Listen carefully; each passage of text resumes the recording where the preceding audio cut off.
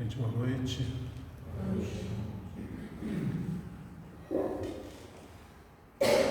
Vamos agradecer ao alto a possibilidade de estarmos aqui presentes, em paz, com saúde,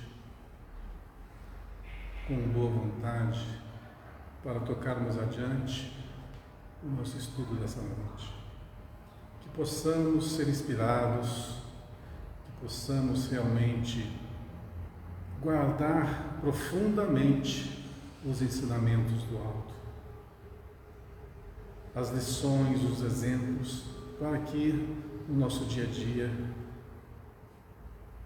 eles sirvam como fonte de inspiração para cada um de nós nas mais diversas circunstâncias. Nós pedimos também que essa paz, essa serenidade aqui presente se estenda para todos os nossos irmãos, companheiros de estudo que porventura não puderam comparecer nessa noite. E onde estiverem, sintam essa paz, sintam essa boa energia, sintam-se revigorados. Que nossos mentores espirituais protejam-nos, estejam ao nosso lado também nos incluindo, dando-nos a inspiração necessária para levarmos adiante todos os temas que vão ser abordados. Sobretudo, que a nossa sintonia esteja bem afinada, que estejamos todos unidos no propósito da noite de hoje, do estudo desta noite, para que assim todos sejamos beneficiados com uma noite tranquila, pacífica e que vai nos dar um grande alento, uma grande fonte de informações e também haverá de apaziguar e fortalecer o nosso coração e nossa mente. Que Deus nos inspire, nos fortaleça hoje e sempre. Que assim seja. Muito bem, gente. Nós estamos então chegando quase no 100º, item do livro Caminho, Verdade e Vida, 98º,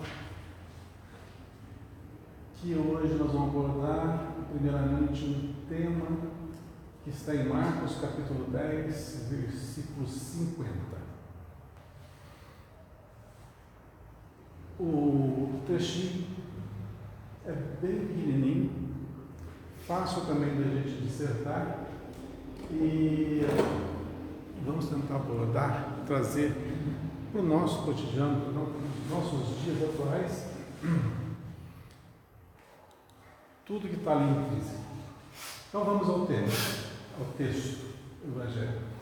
E ele, lançando de si a capa, levantou-se e foi ter com Jesus. Inicialmente vamos traduzir ao pé da letra. Faz de conta que a gente não sabe nada para baixo. E ele quem? Bom, a primeira coisa que a gente tem que notar aqui é que está com letra minúscula, então pode ser qualquer pessoa, né? Lançando-se de si a capa, quer dizer, supõe-se, literalmente, supõe-se que se tivesse uma capa e jogou fora, ao pé da letra. Levantou-se e foi ter com Jesus. Faz sentido? Uma pessoa estava ali sentada com uma capa, levantou-se, jogou a capa fora e foi falar com Jesus. Não tem sentido nenhum. Então, tradução ao pé da letra, a gente não extrai ali o conteúdo que está presente. É necessário que a gente realmente aprofunde no que está dizendo. Algumas palavras são substituídas por outras. Agora, algumas palavras têm sentido metafórico. Quando a gente encontra, uma tradução para essas palavras, aí sim muda todo o sentido da frase. Na questão aqui, capa, poderia se dizer aqui também, substituir por máscara, uma outra personalidade, uma outra forma de ser, de agir. Então, lançando fora aquela forma que ele tinha de ser, de atuar, de se comportar, despiu-se disso, levantou-se e foi ter com José, já muda totalmente o sentido. Aí já não está falando uma coisa física, um tecido, e sim de algo humano, algo intrínseco no ser humano. Então esse é o sentido que foi expresso nessa frase. A partir daí, vamos ler um pouquinho o que Emmanuel disserta para nós e vamos aplicar, logicamente, na nossa vida. O Evangelho de Marcos apresenta interessante notícia sobre a cura de Bartimeu, o cego de Jericó. Alguém sabe dessa passagem? Já ouviu dessa passagem? Já ouviram? Que beleza, conta para mim que eu não lembro. Conta aí para mim. É a cura do cego lá do filho de Timeu, não é? A única coisa que eu sei. Não sei? Ele gritava, Jesus, filho de Davi, né? Entre a multidão, Jesus ouviu. Não sei.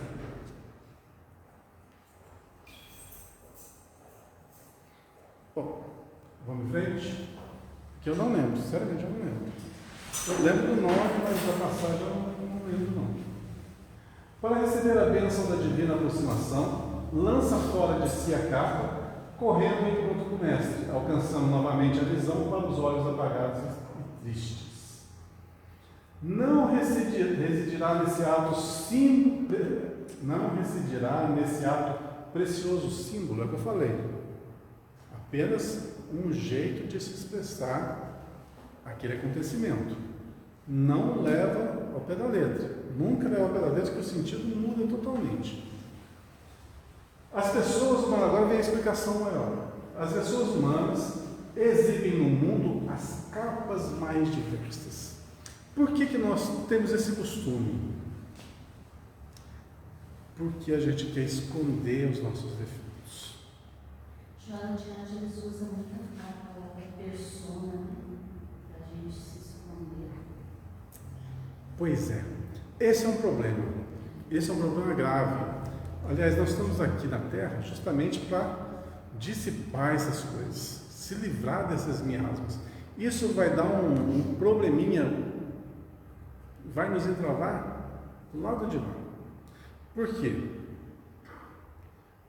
Porque do lado de lá não tem esse corpo físico que vai ocultar tudo que jaz dentro do nosso espírito, dentro do nosso ser. Nós somos aquilo, não tem como ocultar.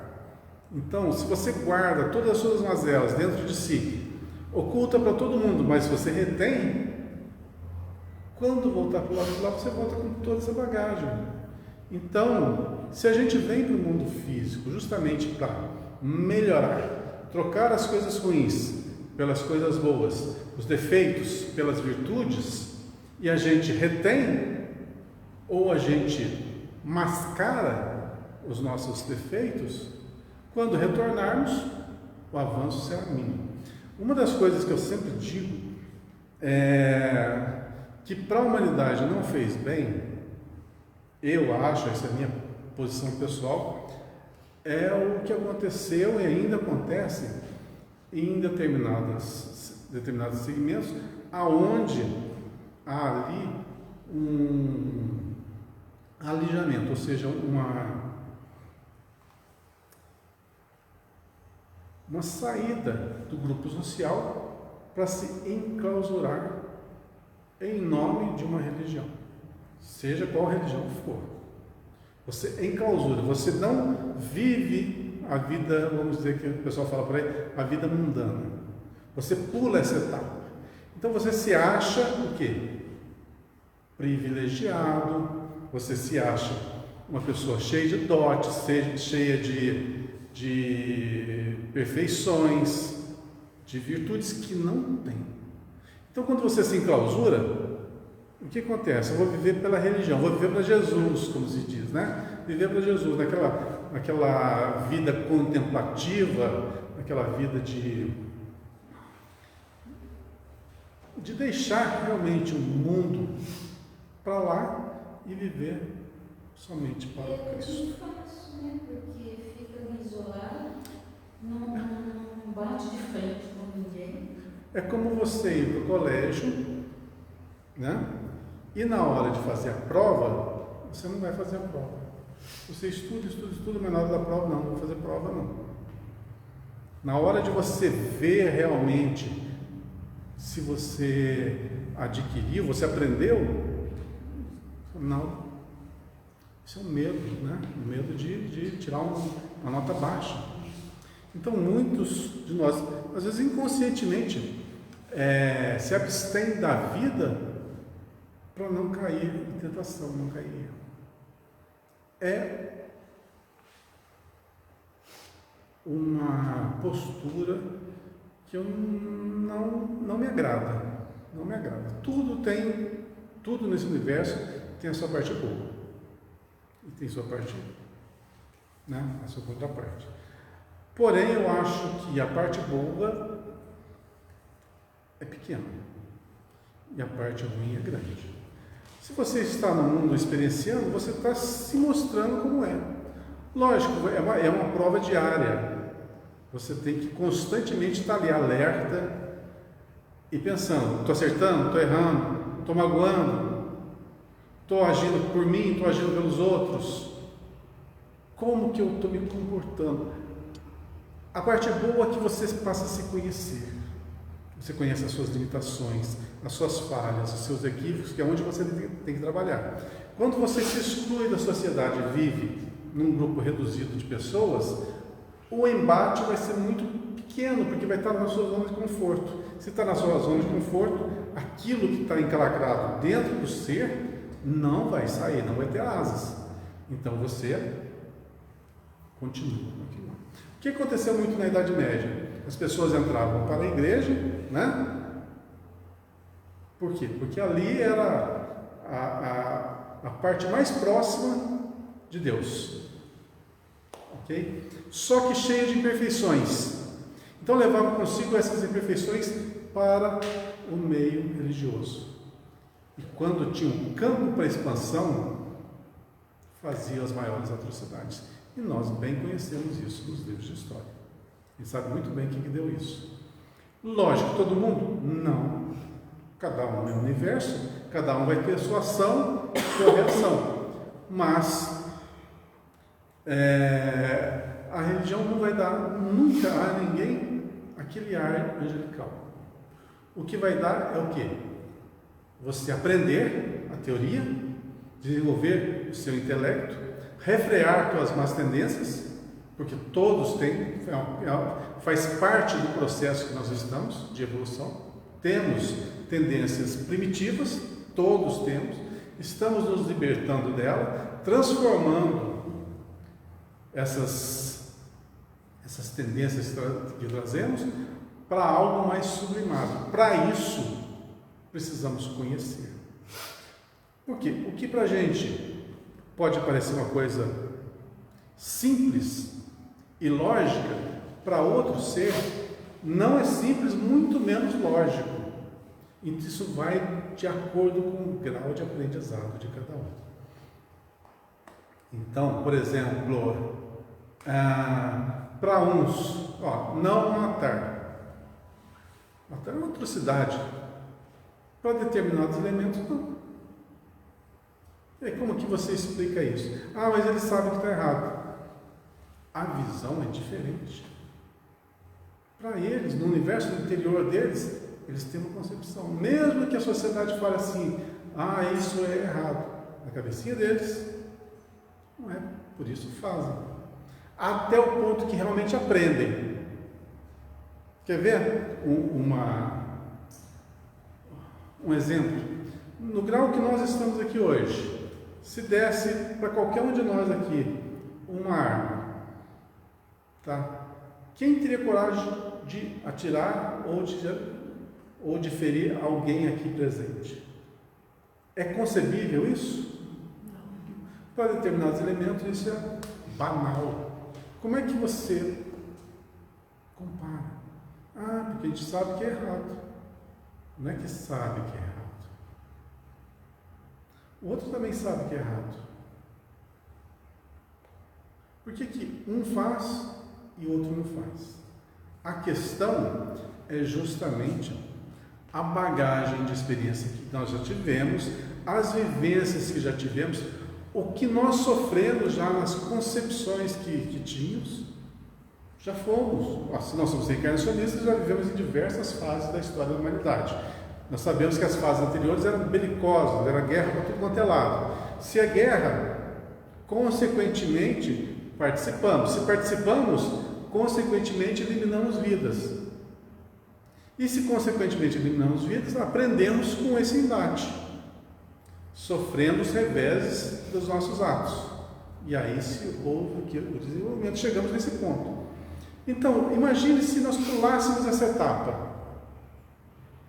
Pulássemos essa etapa educacional. Nós desenvolveríamos esse sentido que nós temos hoje de que tirar a vida do outro é uma coisa fora do baralho totalmente.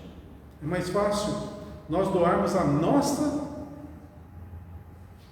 do que tirá-la do outro. Isso se traduz em evolução. Isso é evolução, aprendizado. Isso passa a ser um reflexo natural do ser humano. Quando o nosso reflexo passa a ser uma coisa natural, isso quer dizer que nós evoluímos, desenvolvemos e não vamos perder nunca mais. Nunca mais. Uns podem até falar assim, vamos dar um contraditório aqui, né? Mas vamos supor que você esteja num processo em que a fome geral e você precisa se alimentar ou levar alimento para sua casa. E o único jeito de você levar alimento para sua casa é passando por cima dos outros. Nós vamos reviver os nossos instintos primitivos ou vamos tomar uma outra postura? Essa é uma pergunta. Imagine nós, aqui, evoluídos até certo ponto que nos encontramos, já racionais dos nossos atos, encontrando uma situação de fome geral por aí afora. Você aniquilaria o próximo para se manter ou não? Uma resposta individual. Pensa nesse cenário, pensa no que você faria.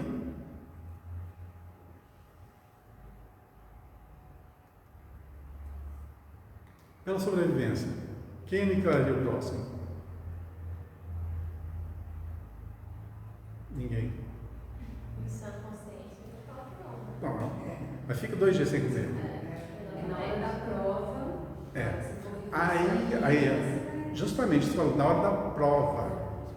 A hora da prova é que você vai realmente demonstrar que você é. Se você realmente aprendeu aquilo lá, vivenciou, sabe, na hora do aperto, você não vai fazer. Tá, vamos piorar o quadro, né? Vamos piorar o quadro. Tá fácil essa pergunta. Agora é o seguinte, não, eu consigo me colocar como um mártir pelo próximo. Mas acontece que eu tenho família e filhos pequenos. Se eu não agir dessa forma, eles vão sofrer, perecer e até serem lapidados. O que eu faço? Aí pegou, né? Aí não é questão pessoal mais, é uma questão de outro ser. Que prova, né? Muito bem. Depende do conhecimento que você adquiriu na vida. O que eu poderia fazer para ajudar minha família e os outros? Eu poderia plantar, fazer uma, sei lá, uma Alternativa B. todo mundo e todo mundo trabalha junto. Mas vamos traçar um paralelo que vocês vão entender. Eu sempre uso uma frase que quer dizer assim, que na prática a teoria Verdade. Mas vamos traçar um paralelo aqui. Vamos recuar no tempo 2000 anos atrás, na época dos primeiros cristãos. Eles ouviam lá as palavras de Jesus, realmente modificaram. Muitos eram mães de família, pais de família, que tinham uma prole enorme, e se convertiam ao Cristo. Veio então as perseguições. Aí tá. O que aconteceu com essas famílias quando as perseguições iniciaram? Muitas fugiram, muitas renunciaram ao cristianismo e aceitaram a religião cristã lá, pagã, né? Cristã, desculpa, romana, pagã, para salvar a sua pele, mas muitos foram para a arena com os filhos e se martirizaram pela causa. A pergunta é: qual deles está certo? Se você falar sem pensar, você fala, pela lógica, aqueles que se sacrificaram pelo cristianismo. Estou certo? Eu falo para vocês que nenhum deles é errado. Não se pode julgar. O Cristo falou: não julgueis para não ser julgados. Cada um está numa etapa evolutiva. Cada um tem o seu jeito de ser, de pensar, de agir, e cada um vai colher as consequências dos seus atos. E você apenas proteger a sua prole, a sua família, os seus entes queridos, não tem nada de errado. Você se sacrificar pela mensagem que está sabendo o alto teor daquela mensagem que está vindo ali, também não tem nada de errado. E você manter-se vivo, ainda mesmo que renunciando temporariamente ao cristianismo, né, assumindo uma postura, né, salvacionista ali, largando mão do cristianismo e assumindo, entre aspas, o paganismo, há algo de errado nisso? Você está salvando a sua pele? Não, uma circunstância. Isso aí não entra na lei de conservação? Pois não é? Porque é uma lei. É uma lei dos espíritos, né? A lei de conservação, a gente se cuidar para conservar. Mas, exatamente, mas uma coisa fica bem clara nessas três circunstâncias. Qual deles está mais avançado?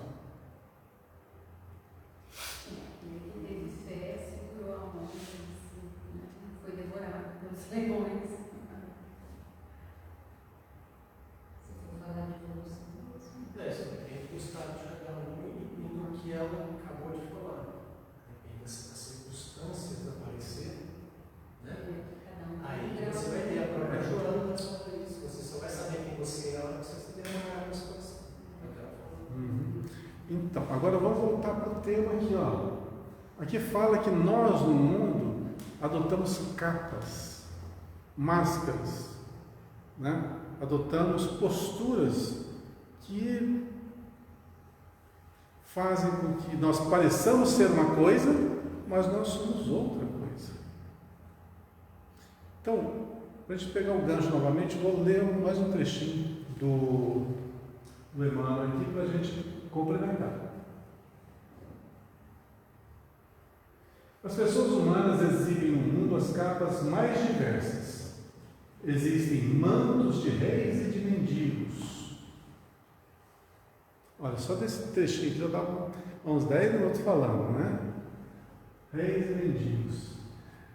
Só uma pergunta simples. Entre reis e mendigos, só entre essas duas palavrinhas, reis e mendigos, qual que tem a capa mais verdadeira? Ao contrário, que mais mascara? Os reis. É? será? Não é. Não é, é uma coisa bem individual. É uma coisa bem individual. Existem mendigos é modo de dizer, né? Pessoas simplórias, extremamente simples, terrivelmente vaidosas, arrogantes, orgulhosas. Existem pessoas riquíssimas, extremamente humildes. Então não dá para se rotular ninguém por nível social, de jeito nenhum. Há muitos amigos do crime que dão preferência à capa de santos. Ou seja, aqueles que se passa por bonzinho, mas as resoluções são terríveis. A nossa querida Inquisição que o diga, né? Que o diga. Raros os que não colam ao rosto a máscara da própria conveniência. É conveniente você se postar assim. Uhum. Com determinada pessoa, você adquire postura X. Com outro, postura Y. Com determinado, você se impõe como se fosse um catedrático. Uma pessoa culta.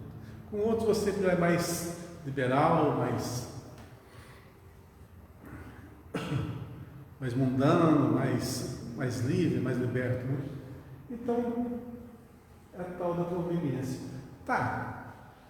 Em determinados ambientes, logicamente, você vai ter uma postura mais retilínea e no outro uma postura mais solta. Isso não quer dizer absolutamente nada. Mas se você se passar por uma coisa que você não é, aí realmente é um problema. Alega-se que a luta humana permanece repleta de requisições variadas, que é imprescindível atender à movimentação do século. Entretanto, se alguém deseja sinceramente a aproximação de Jesus para a recepção de benefícios duradouros, lance fora de si a capa do mundo transitório e apresente-se ao Senhor tal qual é, sem a ruinosa preocupação de manter a pretensa intangibilidade dos títulos efêmeros, sejam os da fortuna material. Eu estava procurando. Sai.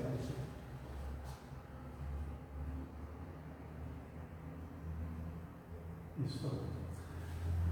Sem a ruinosa preocupação de manter a pretensa intangibilidade dos títulos efêmeros, seja os da fortuna material ou os da exagerada noção de sofrimento. A manutenção de falsas aparências diante de Cristo ou de seus mensageiros complica a situação de quem necessita. Nada peças ao Senhor com exigências ou alegações descabidas. Desce a tua capa mundana e apresenta-te a Ele, sem mais nem menos. Bom, as pessoas, nós, né, fazemos parte desse grupo, tem as mais variadas reações no que tange ao intercâmbio com o outro. Né?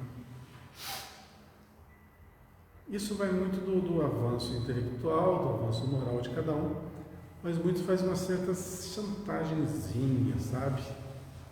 Tipo assim, eu sou uma pessoa sofredora. Se dá esse título, eu sou sofredor, tudo acontece de ruim comigo. Se o pão cai com a margarina no chão, cai com a margarina para baixo, tudo de ruim acontece. Você se põe numa condição inferior para que receba ajuda, para que o outro tenha o quê? Clemência, misericórdia, pena, dó e te ajude. É uma máscara. Outra máscara, aquela pessoa pseudo-sábia, aquela que lê 1, 2, 3, meia dúzia de livros, umas coisinhas, e já se acha um catedrático, e já dá lição de moral, já tenta estar acima dos outros. É outra máscara. O que mais?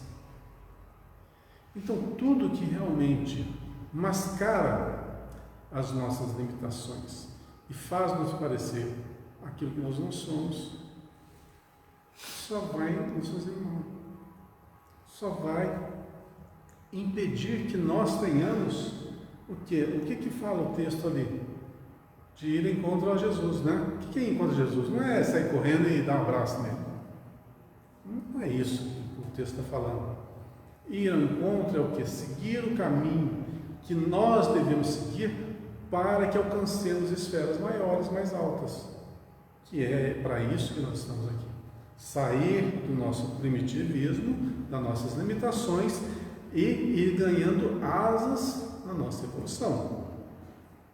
Isso é ir ao encontro. Mas quando a gente se prende ainda aos defeitos, a essas imperfeições e deixa-as dentro de nós, o que acontece? Você quer ter asas, mas o peso é muito grande, as suas asas não vão bater e você alçar voos maiores, porque o teu peso é grande. Então tem que alijar-se, tem que largar a mão daquilo que nos prende ao mundo inferior. E o que seria isso? Começo com os piores. Orgulho. Número 1, vaidade. Número 3, egoísmo. Número 2, egoísmo. Número 2, vaidade. Número 3, o que mais? Avareza. O que mais?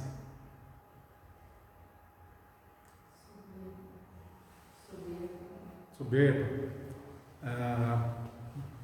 Falta do bem, maldade. Tem gente que gosta de ser mal.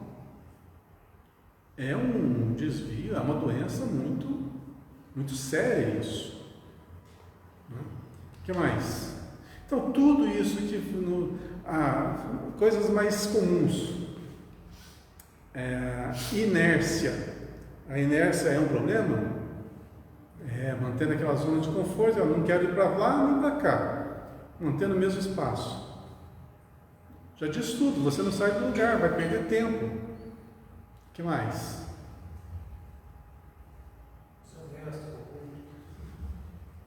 Isso vai no relacionamento social, né? A desonestidade, a corrupção, a escravização, seja ela física ou mental, né? O que mais? Bom, a gente sabe muito bem hoje em dia o que é certo e o que é errado. Pelo menos algumas faces dessas imperfeições a gente sabe. O negócio é o seguinte: lança fora isso. Pensa bem, um navio está afundando. Você é lançado ao mar e você tem um coletezinho salva-vidas bem churuca, mas você quer levar nos seus bolsos um monte de barras de ouro. O que vai acontecer? Vai afundar. Então, o que você tem que fazer para você sobreviver ou ficar na superfície? Livrar-se daquilo que te leva para baixo. Então, despir-se de coisas que a gente dá valor, a gente dá valor nisso. Por que é tão difícil livrar-se do orgulho? Porque a gente gosta de ser orgulhoso. Senão não seria difícil. Por que nós somos egoístas? Porque a gente gosta de ser egoísta. A gente gosta das coisas na nossa mão, na nossa posse. Porque senão destruiríamos. Nós seríamos tão ligados, tão afetados, né, pelas coisas. Por que a gente acha-se assim o centro do universo, quer que todas as pessoas estejam à nossa volta fazendo tudo que a gente quer que elas façam por nós? Porque somos ególatras. A gente acha que é o centro do universo. Queremos que as pessoas nos sirvam. E ao contrário, o que o Cristo vem nos ensinar é o contrário disso.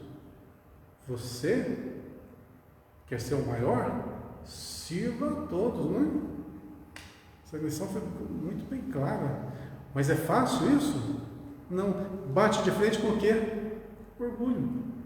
Eu me colocar numa posição subalterna? De jeito nenhum. Porque eu gosto de estar numa posição superior. Então é tudo porque gostar. Gostamos daquilo ainda que nos prende. As barras de ouro que nós colocamos nos bolsos e não queremos nos livrar delas. Então, por isso que a reforma interior, né, reforma íntima, é tão difícil, que nós somos apegados, muito apegados. Vontade é uma palavra que a gente bate aqui toda semana, né? Questão 909 do Livro dos Espíritos, né? Nos falta vontade. Mas é porque a gente não quer.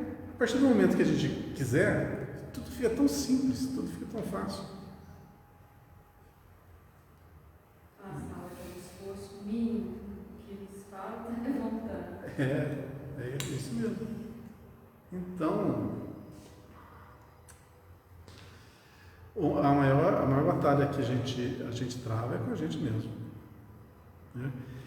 E para a gente se manter com essa aparência que temos, a gente coloca muitas e muitas máscaras. Quem que, em sã consciência, poderia subir aqui e falar assim: todos os meus defeitos são esses, eu sou assim, sou assado, fiz isso. De nós aqui, eu não. Eu já me adianto. Negativo. Pois é. Mas seria tão mais fácil falar, né? Seria tão mais fácil falar. Mas se eu falar, eu vou desconstruir muita coisa que eu construí, da imagem que seria essa máscara. E quem de nós não tem uma? É medo também, né? É medo, as pessoas vão julgar. Não vão gostar mais de mim. Uma coisa assim. É um meio de sobrevivência também, né? Um meio de sobrevivência. Pois é, por aí. Qual que é o trabalho? A gente não precisa vir a público e falar, expor todos os nossos equipes, mas nós sabemos. Ou pelo menos alguma coisa nos direciona. Podia melhorar aqui, podia melhorar ali, né? E aos poucos você vai se aperfeiçoando. Olha, uma coisa é inequívoca.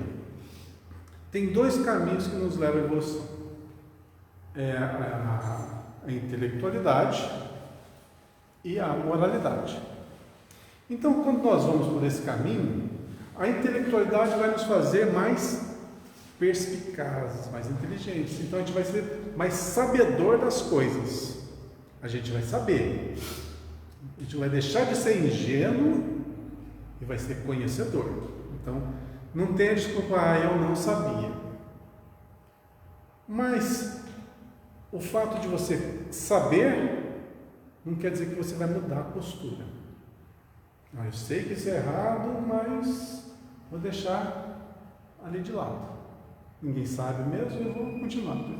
Só que quando você vai avançar pela parte moral, você vai desenvolver cada vez mais a sua consciência, a sua moralidade, e ela conhece já o que é certo e errado. E ela não avança se você não retificar. Então não tem como você avançar moralmente tendo o quê? Esse peso ainda dentro de si.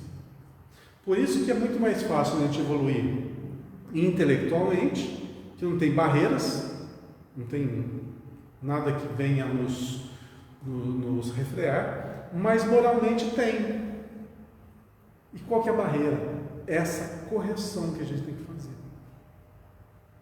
Na hora que nós vamos corrigir, nossa, vai ter tantas circunstâncias, tantas pessoas vão saber como que nós somos, vai saber as nossas fraquezas, vai saber os nossos erros. Bem, você não precisa levar a público isso, basta retificar. Aquilo que você fez de errado, o mundo vai se encarregar que você quite esses débitos. Se não passando pelas mesmas circunstâncias, pelo amor, pela misericórdia, pelo tudo de bom que você passa a fazer a partir de então. Vai cobrir aquela multidão de erros pretéritos. Mas é necessário querer. É necessário desenvolver a nossa intelectualidade, estudar isso que nós estamos fazendo, né? Constantemente, sempre falo de livros. Vamos desenvolver o nosso intelecto, vamos melhorar, vamos ampliar o horizonte do nosso conhecimento, vai nos facilitar bastante. Mas o trabalho maior está por vir. Essa vai ser uma ferramenta. O trabalho maior está por vir. Qual que é o trabalho maior? A gente desenvolver a nossa moralidade. Só que vai estar facilitado porque eu tenho a ferramenta já. Eu já conheço. Eu já sei. Agora eu tenho que mudar. Então fica mais fácil. Mas para isso tem que ter a vontade, querer. E muitas vezes nós não queremos porque não queremos largar das barras de ouro que estão nos nossos bolsos. A partir do momento que você fala assim, não quero mais, larga fora, tudo fica mais fácil. Mas a gente não quer, então a gente atravanca o nosso progresso. Então não é o mundo que dificulta, são as nossas limitações que fazem esses entraves. E como nesse universo tudo que a gente deseja se concretiza, quem que faz o nosso destino? Somos nós mesmos. Somos os construtores do nosso destino. Está ruim a nossa vida? Tá. Quem que construiu? Foi você mesmo.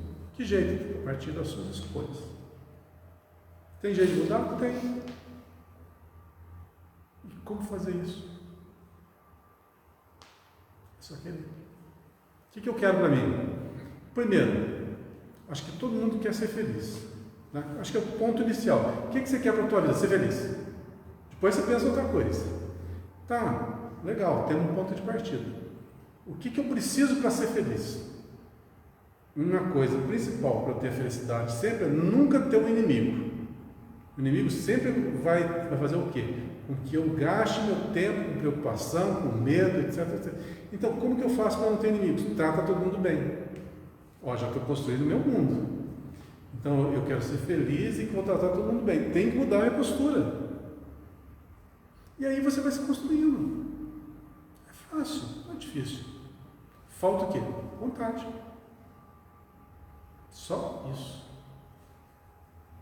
Pensa bem, como que nós somos birrentos? Eu estou falando isso para vocês, mas estou pegando como referência eu. Porque uma coisa é você vir falar aqui e dar uma maior lição de moral. Outra coisa é ir para casa e fazer o que eu falo aqui. É muito difícil. Mas qual que é a dificuldade? A dificuldade é minha. A dificuldade de eu me livrar das minhas barras de ouro. Daquilo que eu dou valor e que realmente não tenho. Assim com todos nós. Né? Mas, se você joga as claras, tira as máscaras, pelo menos para si próprio. Não, eu sou assim, se conheça, e a partir do momento que você se conhece, fica tudo mais fácil. E outra coisa, nunca na vida se faça assim, eu sou sofredor. Não se faça de vítima, nunca. Você pode estar lá numa cama de hospital, passando por terríveis dores, doença terminal, não se faça de vítima, não existe vítima. Não vai adiantar nada. Quando as circunstâncias não têm volta, peça apenas força para continuar. Não se faça de vítima. Ajuda, não adianta. É a prova que você tem que passar, é a prova que nós vamos ter que passar, nós vamos passar e tirar 10, para não ter que repetir. Pensa bem, na determinada vida, chega a uma certa altura do campeonato, eu adquiro uma doença aí incurável. E vou defiando, até chegar num leito de hospital. Não tem volta para casa. Dali é túmulo. Tá? Aí o que eu pego? O que eu faço? Eu me revolto. A tal pessoa tem isso, eu não tenho nada ali. Deus me tirou tudo e me revolto. O que vai acontecer? Vocês acham que vai acontecer? Você vai aprender a lição? Você vai ressarcir algum débito que você tenha contraído no passado, aquela lei lá de ação e reação, causa e efeito, né? Provas e expiações seriam expiação. Funcionou? Serviu para alguma coisa? Não serviu para nada. Você vai voltar para passar pelo mesmo problema. Mas por que eu vou passar pelo mesmo problema? Se eu expurguei, não expurgou. Porque a doença, ela não se encontra no corpo físico, ela encontra-se no espírito. Então, se você não conseguiu canalizá-la do seu espírito para o seu corpo e o negócio ir embora, ela se mantém no espírito. Quando você voltar de novo, uma nova encarnação, está lá o problema de novo. Você não eliminou. É burrice. É burrice. Ignorância, vamos mudar o termo, né? É desconhecer. Então, bom, voltando, só para a gente arrematar esse tema, já no nosso horário dessa passagem,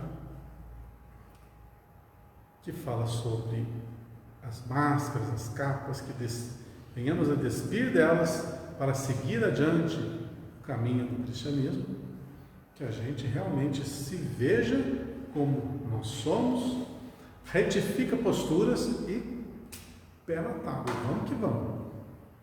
Nada de vitimismo, nada de coitadismo, apenas sigamos. Lembra, nossa mente é fonte criadora. Se as coisas estão ruins hoje, é porque criamos mal. Muda a postura, cria bem e você vai ter um futuro melhor. Essa. Simples assim. Beleza? Vamos para o próximo então? 99. Semana que vem já chega no centésimo. Quantos são?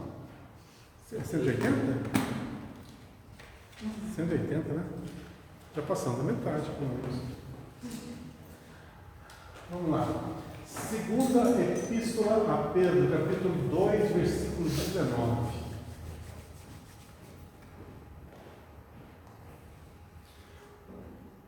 Prometendo-lhes liberdade, sendo eles mesmos servos da corrupção. Segunda Epístola a Pedro. Desconheço. Você já ouviu falar? Eu falo a verdade, eu nunca li a Epístola de Pedro. Nada diferente. As mais comuns são as Epístolas de Paulo, são as mais conhecidas. Prometendo liberdade, sendo eles os servos da corrupção.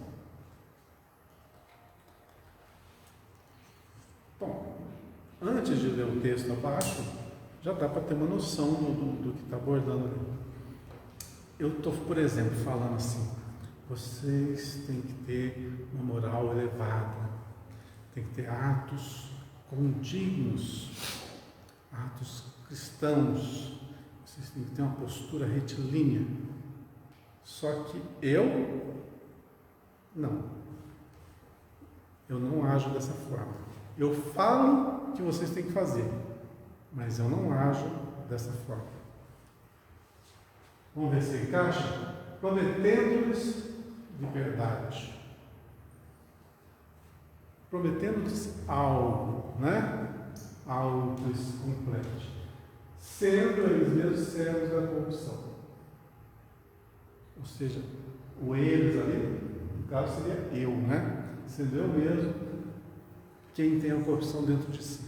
Então, quando nós vamos falar, fazer, passar uma informação, precisa estar bem evidente que nós sabemos o que estamos fazendo e aceitamos e cumprimos aquilo que estamos falando. É muito fácil falar de amor, de respeito, mas é muito fácil você ser totalmente vazio, frio e não ter respeito nenhum para o próximo. É muito fácil. Falar é fácil. Agir, ser, já é mais complicado. Mas, antes de adentrar um pouco mais nessas variações, vamos ver o que o Emmanuel fala sobre o tema, para a gente escorrer melhor, tá? É indispensável desconfiar de todas as promessas de facilidade sobre o mundo. Tá bom. Só isso aqui já está bom. É indispensável desconfiar de todas as promessas de facilidade sobre o mundo. Muito bem, nós estamos numa casa espírita, é normal que a gente fale algo que está no nosso meio. Então eu vou falar uma coisa para vocês. A partir de semana que vem, entre aspas tudo, tá? A partir de semana que vem, nós vamos reunir os médiuns aqui na casa e vamos fazer umas reuniões mediúnicas, onde todos estão convidados a assistir. E durante a reunião mediúnica vai ter o quê? Vai ter os médiuns que vão receber os espíritos protetores dessa casa, os anjos protetores de cada um, os anjos da guarda, e vocês vão poder conversar longamente com eles. Eles vão poder te aconselhar, falar da sua vida, falar de tudo o que vocês querem saber. Estou prometendo-lhes isso. O que vocês acharam? É legal? É legal. É legal, mas não é verdade. Gato escaldado? Não, porque se é para as facilidades, né, do mundo, aí que está, né? Não dá para acreditar. Eu estou prometendo uma coisa muito boa. Pensa bem. Mas não é para desconfiar? Não, tá. Tudo bem. Está tudo entre aspas aqui. Está tudo entre aspas. Vou falar o seguinte: aqueles que já perderam seus pais, seus avós, são pessoas queridas, né? E vocês queiram conversar com eles de novo, olha o que vai ter na reunião. Vai ter uma materialização de espíritos.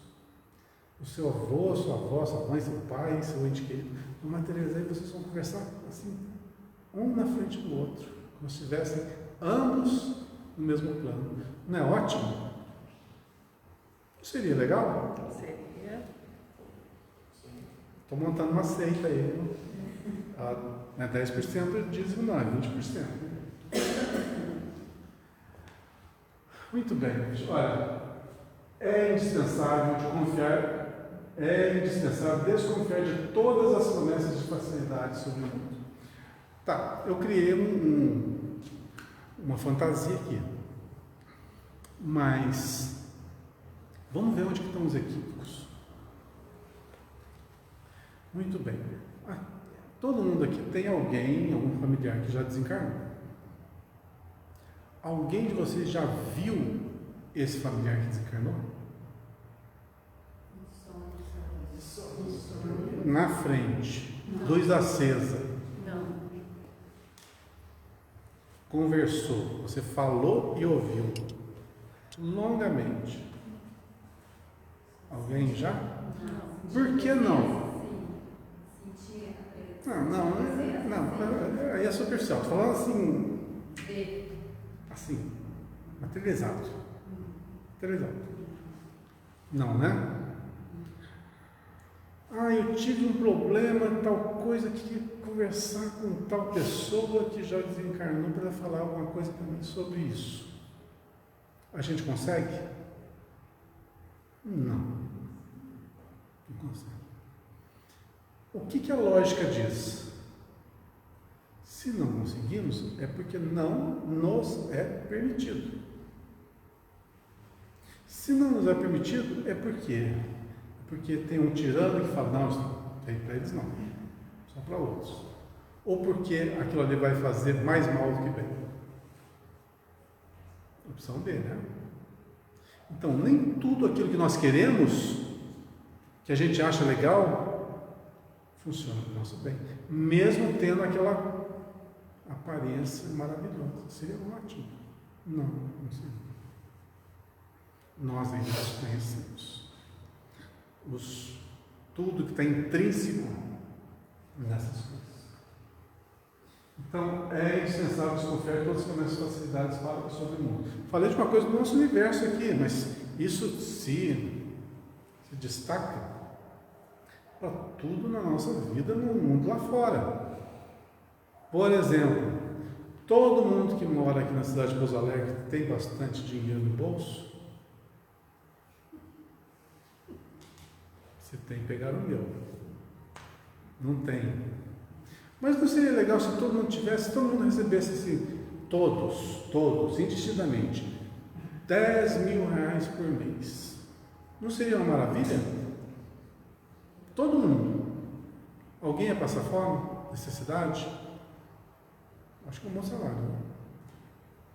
Tem gente que não ia, só 10 mil? Tem, mas vamos para nós que estamos mais humildes, para mim está louco de bom. Tudo bem, seria bom para todo mundo aqui de Pouso Alegre receber esse dinheiro? Faria bem para todo mundo? Pensem bem. Mas ele acho que vai, bom, se for falar da doutrina, né, aí vai de encontro, né, a tudo que eu preciso, eu não tenho, mas será que é necessário? Será que eu não estou usando a palavra resgate daquilo tudo que eu não tenho? E não é o caso, não é a hora, não é a encarnação que eu estou passando? Não é mesmo? Tudo no seu devido tempo, na hora certa, na encarnação certa. Vocês já ouviram aquela passagem de uma mãe que tinha um filho que eu não lembro, vou falar com as minhas palavras que eu não lembro da história, porque eu não li, eu só ouvi aqui no próprio centro, então estou tentando repassar a história da mesma forma que eu ouvi, com minhas palavras, nem sei de onde foi extraído, mas vou falar a história. Uma mãe tinha um filho que tinha uns problemas físicos, que ele tinha que ficar prostrado na cama, um largo sofrimento, desde pequeno, só sofrendo. A mãe, que era uma pessoa que tinha merecimentos, vendo aquele sofrimento do filho, pedia ao alto que intercedesse pelo seu filho. Tanto orou, tanto pediu, que o alto concedeu essa cura. Então ele aos poucos foi melhorando, foi sarando e voltou à normalidade. Quando ele voltou à normalidade, aí começou a sair de casa, interagir com o mundo e se perder. Aquela pessoa que era dócil, que era gentil, que todo mundo gostava dele naquela condição que ele estava na cama, já passou a afastar-se dele. Ele tornou-se uma pessoa insuportável e tratava ela muito mal, tratava todo mundo muito mal e estava indo pelo caminho dos vícios, um caminho sem volta. Então, naquela condição de são, ele estava trazendo malefícios para si próprio e para aqueles que o amavam. Foi tanto sofrimento que a mãe caiu em si e pediu ao alto que restituísse ao seu filho a doença, para que ele voltasse a ser aquilo que ele realmente era. E tal aconteceu. Aos poucos o filho voltou a se enfermar e voltou àquela condição prostrada na cama que ele estava, consequentemente livrou-se daqueles vícios, daquela situação e retornou ao estado anterior, de ser uma pessoa mais acordada, mais amada, mais gentil. Então, analisando essa pequena historinha, qual que é a melhor circunstância para o indivíduo? Estar doente ou estar são? Está nítido e claro que ele não tinha condições de estar são. A doença está no processo de lapidação, de preparação, tipo assim, um expurgo daqueles malefícios, né?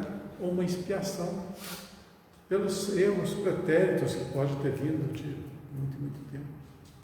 Então, aquilo que a gente acha que é um mal, é um bem. Então, quando você acha que dar tanto de uma condição abastada a uma pessoa seria um bem, pode ser um mal terrível. Aí é que é o início da cura. O filho da irmã mesmo fala que tem uns que não pode curar. O filho dele é um deles. O dele implora para ele poder curar, então não pode curar. Pois é, porque se curar vai prejudicar. E o filho dele pergunta e fala, não sei, o doutor me deixa. Pois é. Então, as facilidades nem sempre vão nos ajudar. No caso disso que eu falei para vocês, de fazer uma reunião e ter um intercâmbio medíocre aberto, tem pessoas, tem centros por aí afora, tem médiuns que dão consultas, a gente sabe disso. E que tem pessoas que vão a essas consultas e para saber detalhes que lhe compete delinear, resolver, tomar resolução, mas joga nas mãos do outro. Facilidade. O que você acha? Eu faço isso, faço aquilo.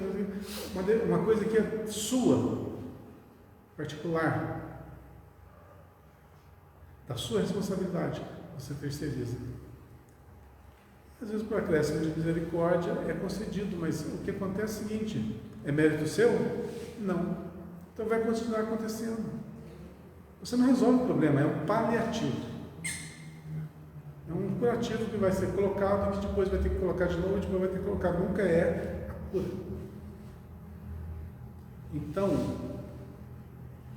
coisas desse tipo, facilidades que nos são colocadas quando nós precisamos de provas, só nos atrapalham. Então nunca a gente acha, está tudo errado nessa vida. Olha quanta doença, quanta miséria, olha quanta desnível social. Não tem nada errado. Não tem nada errado. As coisas mudam quando as pessoas mudarem. A dor desaparece quando a saúde da pessoa é restabelecida. Então não tem nada errado.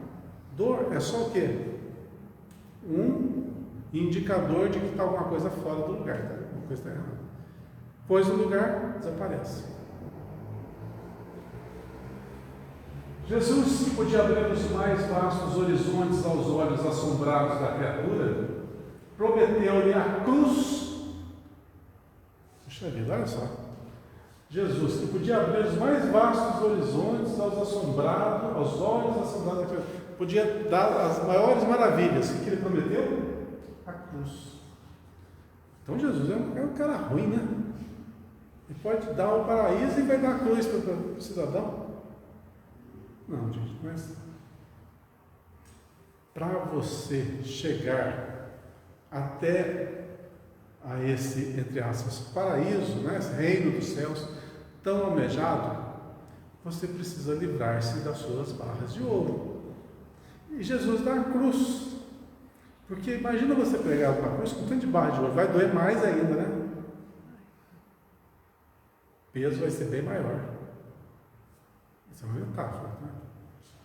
Então, quando a gente se livra desse peso, a gente se torna mais leve. Tá? Então, para que a gente possa realmente divisar novos horizontes, a gente tem que subir, tá? A gente sobe e consegue ver novos horizontes. Para subir, a gente precisa de leveza. Leveza, a gente tem que se livrar de tudo que nos amarra ao físico, né? Ao material. Então, falando em peso, o que é pesado? Orgulho, vaidade, maldade, egoísmo, etc. Pesado. Leveza, amor, bondade, caridade, fraternidade, serenidade, etc. Livra disso e ressalta isso. E você começa a ver novos horizontes. Mas quando você vai por esse caminho, o que acontece? Vai cada vez mais para baixo. A paisagem aqui é cada vez mais grotesca, mais feia. É simples assim. Então, quando Jesus dá a cruz, que seria a dor, seriam os obstáculos, seriam as tarefas, seriam as provas do dia a dia, isso é a cruz, não é que a gente vai ser martirizado, não. Isso não vai acontecer, espero. E sem isso, sem esses obstáculos que nos fortalecem, não tem como a gente se afastar desse materialismo. Sem falar também, a gente teve uma analogia da cruz aqui, e Jesus não dá a cruz mais pesada do que a gente pode carregar. né? Pegando essa parte da cruz aqui, que é uma analogia, né? Não dá mais pesado que a gente pode carregar. E quando ela é muito pesada, sempre tem gente do nosso lado que nos ajuda. O auxílio dele. O auxílio dele. Então, não há o que temer.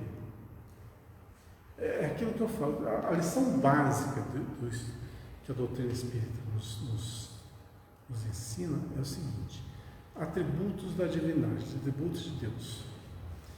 E o principal, soberanamente justo e bom. Eu sempre me prendo nisso, soberanamente justo e bom. A justiça perfeita e a bondade suprema.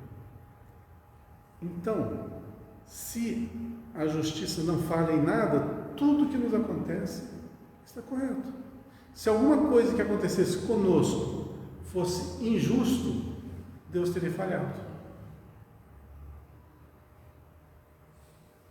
Mas o que é difícil da gente entender é que as dores e sofrimentos que chegam até nós ou foram criadas por nós ou fazem parte do processo de desenvolvimento nosso. Afinal, esse é um mundo primitivo ainda. Há necessidade do embate, senão a gente fica em tartaruga, né? O que a tartaruga faz? Anda devagarzinho, o que mais? Se esconde. Come, reproduz e morre. O que avançou? Então, uma metáfora, tá?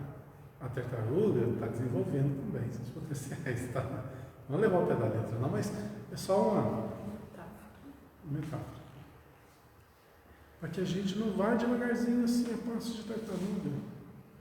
Porque se compararmos nós com esse ser, poxa, é lerdo pra caramba, né? É devagar demais. Então, estamos perdendo muito tempo. Em toda parte existem discípulos descuidados que aceitam o dobro de aventureiros inconscientes. É que ainda não aprenderam a lição viva do trabalho próprio a que foram chamados para desenvolver atividade particular. É que ainda não aprenderam a lição viva do trabalho próprio a que foram chamados para desenvolver atividade particular. Em toda parte existem discípulos descuidados. Discípulos descuidados. O que são discípulos descuidados? Vou dar fazer um parênteses aqui para contar para vocês uma coisa que eu li na internet essa semana. Vocês sabem que o Divaldo Franco, ele recebeu uma medalha, comenda lá do governo federal, pelos trabalhos, né, dedicados na Mansão do Caminho. A princípio, o próprio Divaldo falou que não queria, não se achava, não era merecedor, mas pelas circunstâncias ele foi praticamente obrigado, entre aspas, né, a receber. E ele dedicou aquela medalha não a ele, mas assim à doutrina espírita. Na internet vocês vão ver o vídeo do Divaldo falando sobre isso. Aí eu leio uma reportagem na internet descendo a lenha no Divaldo, de espíritas. Não conheço, e aquele nome que eu vi lá é meio suspeito, eu não sei. Tá? Não posso falar, tanto nem vou falar nome. Mas pela reportagem eu achei assim extremamente ofensivo. Uns comentários assim ofensivos ao Divaldo. Olha, se pegar aí um ano da vida do Divaldo e apagasse os outros todos, um ano da vida, das suas obras, ele já teria assim uma bagagem enorme para retornar para o plano espiritual com a consciência tranquila. Que ele tenha editado um livro, que ele tenha ajudado uma criança e uma família. Só isso na vida dele. Ele já fez mais que nós todos. Aí, uma pessoa do núcleo espírita, ou mais de uma pessoa, denegriram a imagem do Divaldo porque ele recebeu uma medalha do governo federal. Isso foi de uma Maldade. Superficialidade, não sei o que falar. uma beleza, Agora, uma pessoa dessa que fez um... A pessoa que o próprio filme fazendo isso. Olha, um espírita, quando você se intitula espírita ou cristão, não precisa nem ser um espírita, um cristão. A primeira coisa que tem que ter na cabeça é o seguinte: eu não tenho direito de falar nada do meu próximo. Nada. Seja ele quem for. Então, se houve um comentário de um nível tão, assim, triste. Foi triste, no mínimo triste. Nota-se que esse, se é espírito, que eu acho que não é. Porque jamais você tem o direito de falar sobre outra pessoa. Você tem direito de falar sobre você. Julgar o outro. Não sou eu que estou dizendo, isso é o Cristo está dizendo. Não julgueis. Você está na pele da outra pessoa para saber? Não. E vai denegrir. Quer dizer, usou outro instrumento, na realidade, foi uma reportagem política. Né? Foi uma reportagem política, mas extremamente ofensiva e baixa. E, em se tratando de espíritas, eu gostaria que esses espíritas, pusessem a mão na consciência e aprendessem um pouquinho de evangelho antes de abrir a sua boca para falar de alguém. Quanto mais um apóstolo do Cristo, como de volta. Alguém que tão perfeitamente, ou da melhor maneira possível, exemplifica, vivencia e exemplificou e ajudou multidões. Então,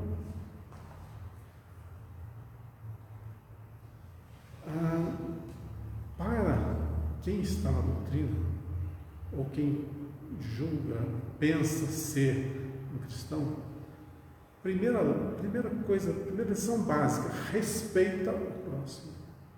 Respeita o próximo. Você não tem o direito de falar nada sobre ninguém. E se da sua boca vai sair alguma coisa que vai maltratar, fazer mal a alguém, se cabe que esse veneno, que essa pessoa fique exclusivamente consigo, não distribua aos outros. Lembra da água, né? A água da paz lá do Chico.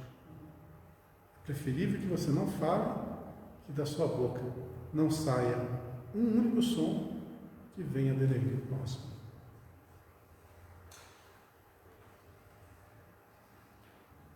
Em toda parte existem discípulos descuidados que aceitam logros de aventureiros inconscientes. É que ainda não aprenderam a lição viva do trabalho próprio. A que foram chamados para desenvolver atividade particular. Eu não fiz nada, não contribuí nada, ainda vou denegrir o outro. Por favor. Os fazedores de revoluções e os donos de projetos absurdos prometem maravilhas. Mas, se são vítimas da ambição, servos de propósitos inferiores, escravos de terríveis enganos, como poderão realizar para os outros a liberdade ou a elevação de que se conservam distantes?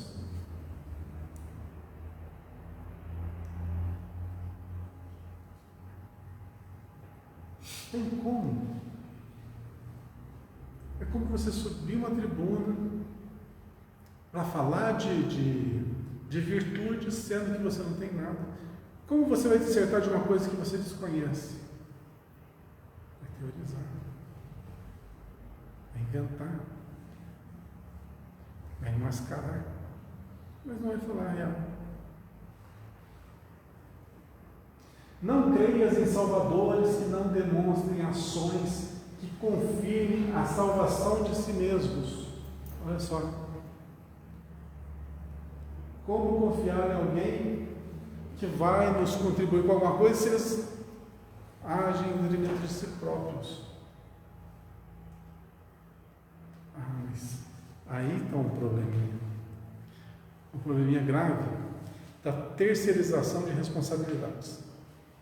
As pessoas ainda têm a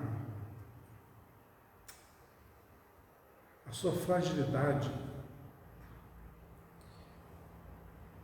de não escolherem, de não estudarem, de não entenderem e apenas aceitar. Eu aceito porque tal pessoa sabe mais, ela falou que é assim, eu vou por essa linha. O pastor tal me falou isso, eu vou com ele. O padre tal me falou tal coisa, eu vou por ele. O médium tal me falou tal coisa, eu vou por ele. O orador tal falou tal coisa, eu vou por ele. O pai de santo falou tal coisa, eu vou por ele. Ou seja, alguém lhe orientou ou lhe disse algo que você não entendeu nada, mas você vai para essa linha. Se você se afundar, o que acontece? A culpa não é minha, a culpa é de quem falou.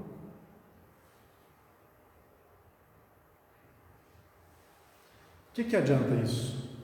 É uma máscara, uma ilusão. É igual eu, quando estava no primário, e a professora perguntava assim, qual que é a tua religião? Quem que nunca ouviu essa pergunta no primário, né? Qual que é a tua religião? Eu falava assim, católico. Vai na missa? For. Mas ia. Que criança que não falava isso, que não falou isso? Pelo menos os mais antigos. Hoje em dia eu não sei mais como é que funciona esse negócio, mas na minha época era assim. Na sua época também era. Você da mesma época que eu? Na sua época também era assim. Sim. Nós somos da mesma época, nós estudamos juntos, vocês não sabem.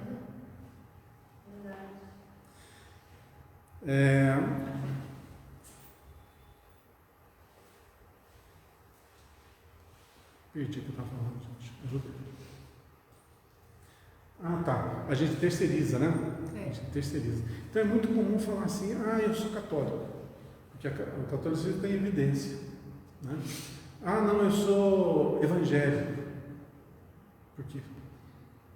Está em evidência, está naquele núcleo evangélico. Ou sou espírita. Frequenta a reunião tal. Mas isso tanto faz. Não importa qual a sua designação religiosa. O que importa é a transformação que é feita a partir do contato com a religiosidade. Porque todas explicam a mesma coisa. Sermos bons, sermos honestos, sermos trabalhadores, respeitadores, etc. Todas as religiões falam a mesma coisa. Por interpretações distintas, mas o fim é o mesmo. E elas estão muito bem distribuídas na sociedade para que tenha ensinamentos para todo tipo de gente, todo nível de compreensão. Mas quando eu terceirizo esse aprendizado, eu digo apenas o que eu ouvi, sem compreender, não vai estar adiantando nada. O que é necessário? O necessário é justamente que a gente tenha a vontade ali, eu queira aprender, eu queira mudar, eu queira viver, e não ser uma representatividade, tipo a máscara que nós falamos agora há pouco, a capa, né? Que nos encobre o que realmente somos.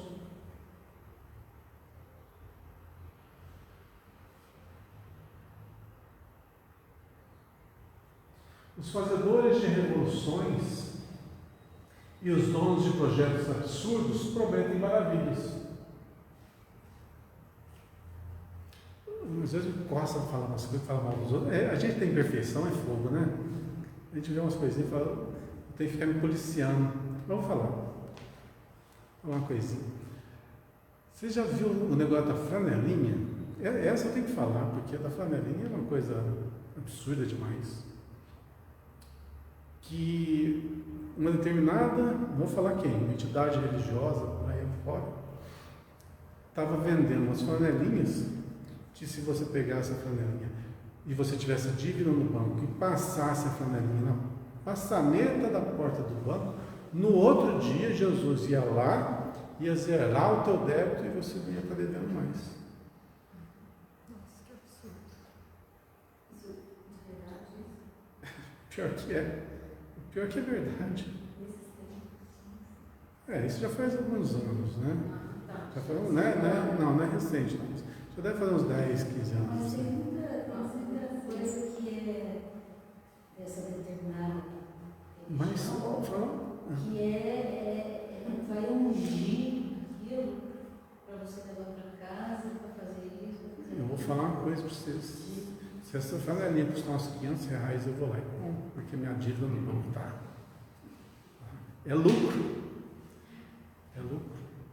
Então, olha só. Vamos agora deixar a brincadeira e falar sério. Olha. Os fazedores de revoluções dos projetos absurdos prometem maravilhas. Não é uma promessa maravilhosa? Mínimo esforço, máxima recompensa. Todo mundo quer. E muitos, para encurtar o caminho, não passar pelas dificuldades, não, vou pelo mais fácil. O que é o mais fácil? Comprar flanelinha do que trabalhar e pagar dívida. Não é mais fácil? Vai por isso. Vai dar certo? Não vai. Mas não vai mesmo. Mas se são vítimas da ambição, servos de propósitos inferiores, escravos de terríveis enganos, como poderão realizar para os outros a liberdade ou a elevação de que se conservam distância? Então, ai daqueles que ainda fazem essas promessas, né? Não podem cumprir, não vão cumprir. Pensa no karma. Pensa no karma. Pensa na lei de ação e reação. Pensa na reação. Quantas pessoas você vai estar iludindo? Você vai estar se apropriando da bondade alheia, da fé alheia. É um grande ilusionamento. Não creias em salvadores que não demonstrem ações que confiem na salvação de si mesmos.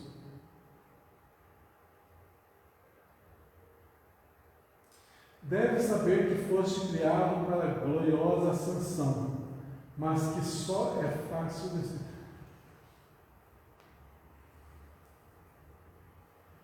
Infelizmente, no âmbito religioso, muitos trabalhadores se desviam do caminho por suas próprias imperfeições. Falando sério, há pessoas em todos os núcleos religiosos, não estou falando da religião A, religião B, religião C, pode ser qualquer um, que tem desvios sexuais e, no seu âmbito religioso, promovem destruição pelas atitudes sexuais praticadas com seus próprios fiéis. Sejam ingênuos, crianças, jovens, adultos, mulheres, não importa. Apropria-se da condição que estão para usufruto próprio. Isso nós sabemos que existe, independente da religião. Já fiquei sabendo de todas elas, inclusive da espírita. Então, não estou falando mal de religião nenhuma. Estou falando apenas que é uma característica do ser humano, que precisa ser lapidada, que precisa ser trabalhada. Desvios financeiros, que é o mais comum. Pessoas que se apropriam da credulidade do próximo, né, para se encher seus bolsos. Também é uma coisa lastimada. Pessoas que vendem promessas vãs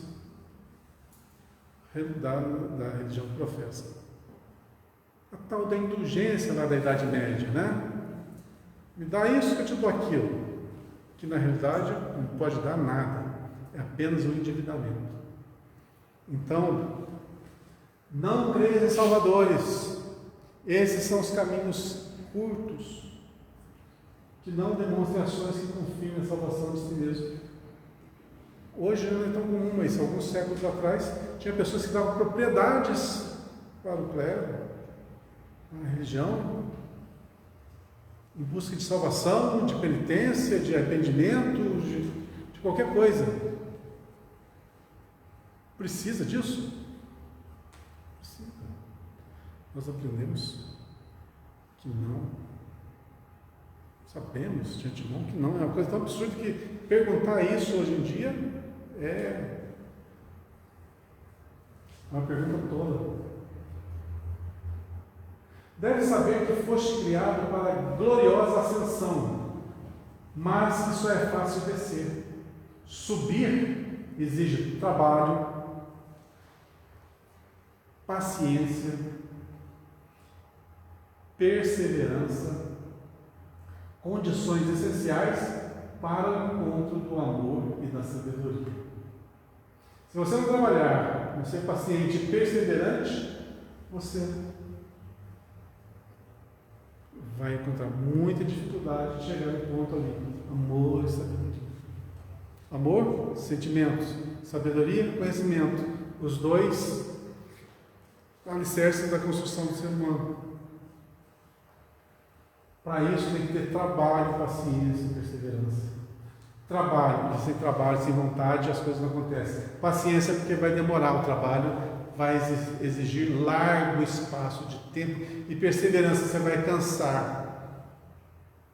Vai ser difícil. Vai ter obstáculos. Então tem que ser perseverante. Quando você desenvolve essas características, fica muito mais fácil de se alcançar o resultado. E para terminar, se alguém te fala em valor das facilidades, não acredites. Lembra do Cristo, ele prometeu o quê? A cruz. Não a cruz dos cravos, mas a cruz das dificuldades.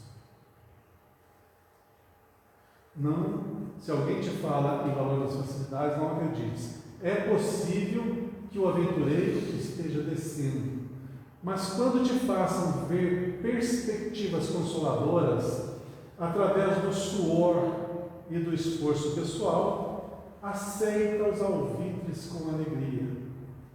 Aquele que compreende o tesouro oculto dos obstáculos e dele se vale para enriquecer a vida, está subindo e é digno de ser seguido.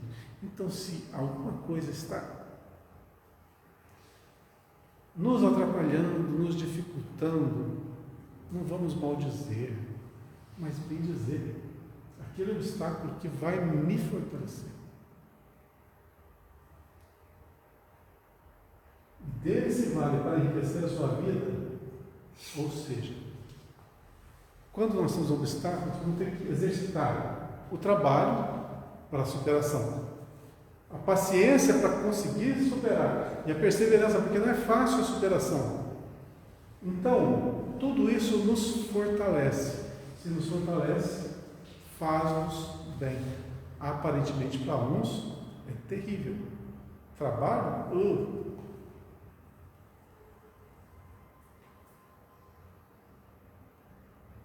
Paciência? Tem gente que não tem paciência nenhuma. E tem gente que no primeiro obstáculo já recua. Não é perseverante. Pois é perder tempo. Então, o que nos compete? Justamente entender. Quando você compreende que isso é para o nosso desenvolvimento, para a nossa melhoria, vamos em frente. Está ruim agora? Tá. O que eu faço? Trabalho, persevero, tem paciência que vai passar. E a paciência faz parte da fé, né? A fé, você sabe que fé é saber que tudo vai se encaixar no final, tudo vai se resolver. Você compreende que isso vai acontecer, mas para que aconteça precisa do mecanismo do trabalho, da perseverança, né? Paciência. Tudo é um enorme quebra-cabeça de coisinhas que você tem que juntar para tomar a melhor atitude na sua vida. Em suma, a vida é um grande mar de obstáculos e de praias paradisíacas. Se a gente conseguir concatenar tudo, não importa, aquela praia paradisíaca vai ter um dia que vai estar um céu encoberto, que vai ter tempestades, que toda aquela beleza vai se apagar temporariamente. Mas, volta e meia, o sol vai brilhar e aquela paisagem paradisíaca vai voltar a aparecer. Tem paciência nos momentos da tempestade, persevera, luta, porque tudo isso vai concorrer para que nós nos aperfeiçoemos, para que evoluamos e sejamos felizes. Lembro que a felicidade está dentro da gente e a gente precisa conquistar. É uma coisa, é um tesouro que está lá dentro, bem guardado no coração. E muitas vezes, para chegarmos até lá, tem que tirar tudo que está em cima dele para que a gente possa descobrir. É isso aí. Gente, boa semana para vocês. 2 itens, falamos bastante hoje. Semana que vem a gente continua no 100º já. Se Deus quiser. Boa semana.